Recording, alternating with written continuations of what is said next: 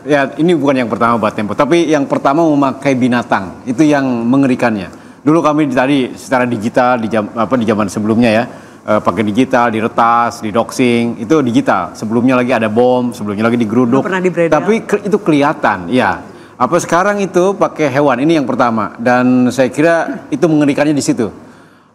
Ya kami takut, tetapi di Tempo selalu diajarkan kita sebagai manusia boleh takut tapi tidak boleh takluk. Pasti begini, statement Pak Kapolri Jenderal Listio Sigit sudah begitu keras sekali.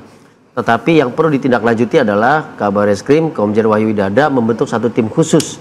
Karena Tempo adalah simbol perlawanan, Tempo adalah simbol demokrasi, Tempo adalah simbol kemerdekaan informasi bagi rakyat.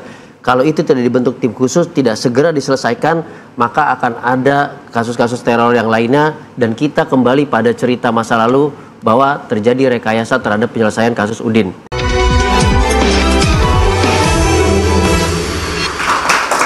Saya ke Pak Arianto.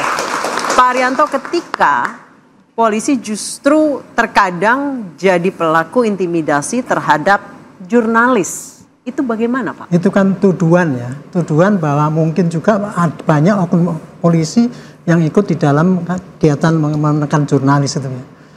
Itu tuduhan itu saya kira wajar saja, karena pada masa lalu banyak juga oknum yang melakukan seperti itu. Terutama dulu waktu masa Orde Baru polisi kan di bawah ABRI ya, sehingga dia melakukan itu. Tapi semenjak reformasi, polisi kan sudah dididik supaya menghormati HAM gitu. Tetapi belum semuanya bisa melakukan itu.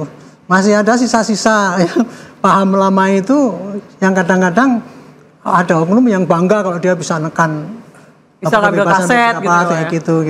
Itu contoh. Jadi tuduhan itu memang masuk akal.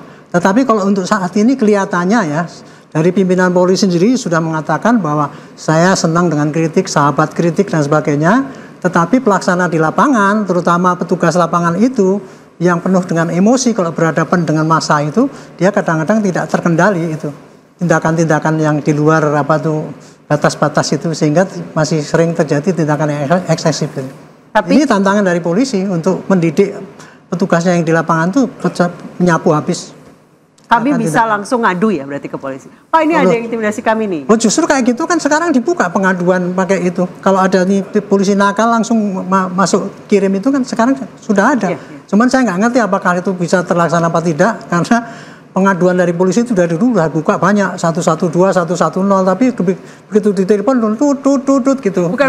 Itu bukan jurisdiksi kami, Makanya ya sekarang itu saya kira tuduhan itu oke ya, tapi polisi sudah berusaha semaksimal mungkin untuk menghormati HAM, kebebasan berpendapat gitu. Oke, saya ke Mas Julius. Mas Julius, untuk mengawal kasus ini, PBHI apa langkah selanjutnya? Yang pasti begini, statement Pak Kapolri Jenderal Listio Sigit sudah begitu keras sekali. Tetapi yang perlu ditindaklanjuti adalah Kabareskrim Komjen Wahyu Widada membentuk satu tim khusus. Karena Tempo adalah simbol perlawanan, Tempo adalah simbol demokrasi, Tempo adalah simbol kemerdekaan informasi bagi rakyat.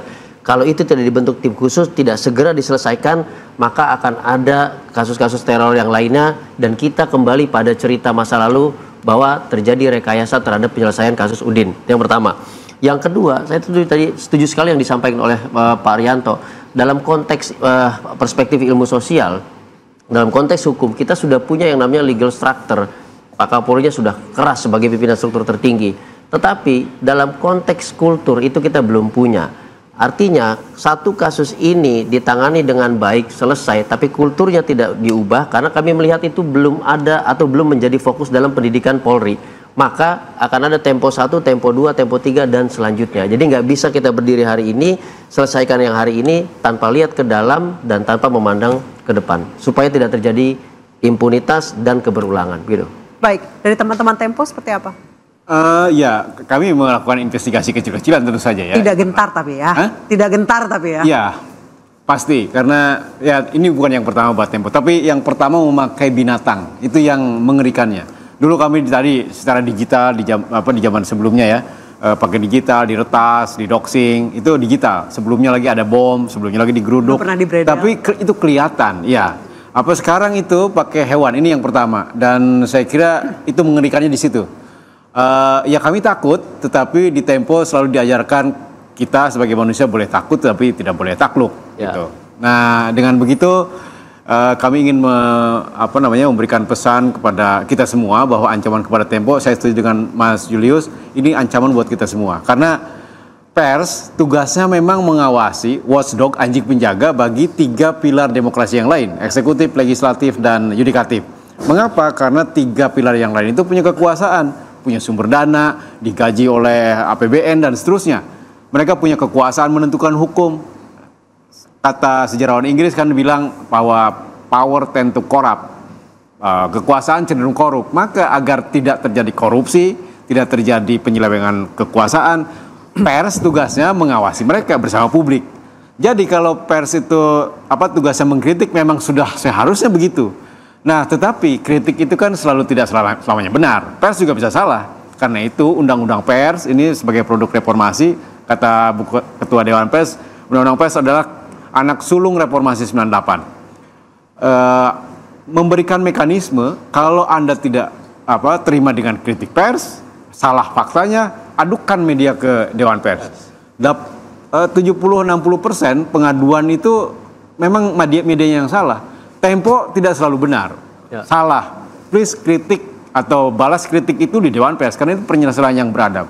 Sehingga dengan begitu demokrasi kita menjadi naik kelas. Tidak terima kritik, tidak terima dengan fakta yang diungkap oleh media lalu kirim teror. Karena itu berbahaya sekali bagi modal sosial kita. Ini sekarang di media sosial kita kan ada terbangun narasi bahwa itu flying victim Tempo yang mengirimnya. Saya juga dapat narasi seperti itu, Mas. Iya kan? Lah, ini sorry to say. Broadcast WhatsApp. Ya, sorry to say, kalau itu yang melakukan anak Tempo, dia sudah belajar investigasi, belajar penyidikan, sekolah keluar, kursus di luar tentang penyidikan dan investigasi bersama wartawan-wartawan top dunia. Kalau begitu caranya, amatiran sekali.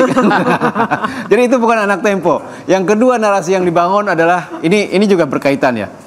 Sebelum teror kepala babi itu kan ada demonstrasi ke Dewan Pers. Meminta Dewan Pers memanggil Tempo karena 3 hal. Tempo sebagai media provokator, Tempo sebagai agen asing, dan pemecah belah bangsa.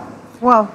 Itu. Nah, dari mana narasi itu? Dari informasi keterbukaan publik. Tempo ini katanya kan agen asing, dibiayai George Soros. Itu informasinya ada di Bursa Efek Indonesia karena kami perusahaan terbuka. Semua informasi tentang Tempo ada di sana. Karena kami 25% saham Tempo dimiliki oleh publik melalui Bursa Efek Indonesia. Nah, apakah ini sekaligus menjawab pertanyaan netizen ya? Benarkah Tempo dibiayai George Soros? Separuh benar, separuh tidak. Kami mendapatkan pembiayaan investasi. Semua media di Indonesia sudah ada 4. Kami yang keempat. Namanya MDIF, Media Development Investment Fund.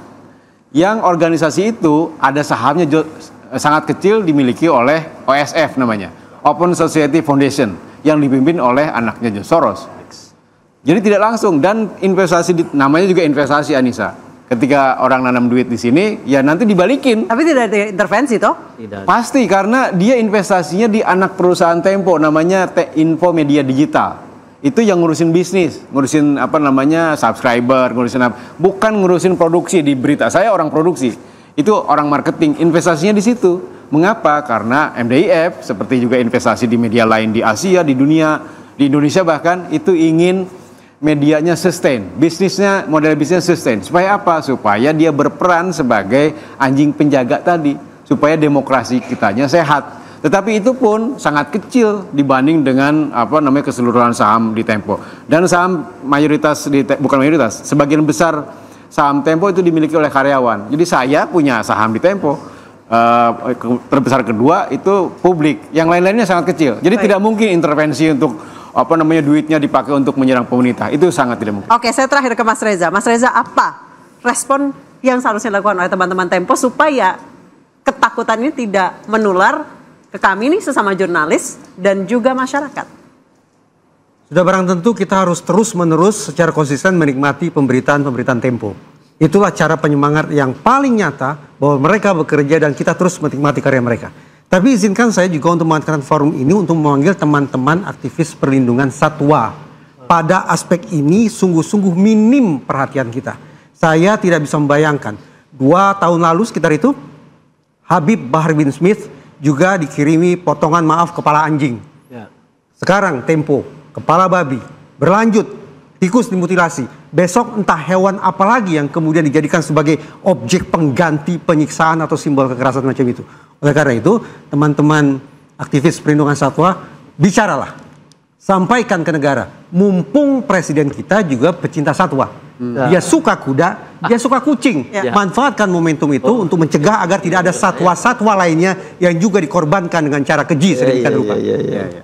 Baik, inti dari pembicaraan hari ini tadi saya mengutip kata Mas Bagja, sebagai manusia kita boleh takut tapi tidak boleh takluk. Bagaimanapun pers adalah pilar keempat demokrasi yang harus menjadi pengawas dan penjaga 3 pilar demokrasi yang lain. Saya Anissa Dasuki pamit, sampai jumpa.